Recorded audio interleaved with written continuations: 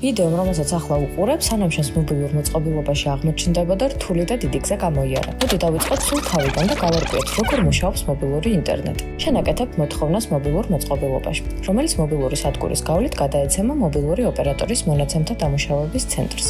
ეს მოთხოვნა ლოკალური და გლობალური ბოჭკოვანი კაბელების, სარელეო ხაზების ან სატელიტური კომუნიკაციების მეშვეობით გადაადგილდება. გაივლის ზღვებს, მთებს, ქალაქებს და საბოლოოდ აღწევს ადგილობრივ ან სხვადასხვა ქვეყანაში განთავსებულ შესაბამის სერვერებამდე. ვიდეო ინახება მონაცემთა ცენტრში, რომელიც მოიცავს მძლავრ კომპიუტერებს, ანუ სერვერებს. სერვერზე კი ვიდეო შენახულია სპეციალური მეხსიერების მოწყობილობაში.